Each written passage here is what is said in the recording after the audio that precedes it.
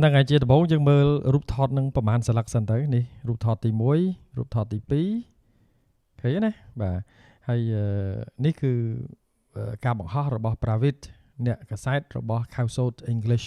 នៅស្រុកថៃមានតែម្នាក់ហ្នឹងទេដែលចេះដឹងអាចយកមកអានបានផុតពីនឹងឆ្កែសុត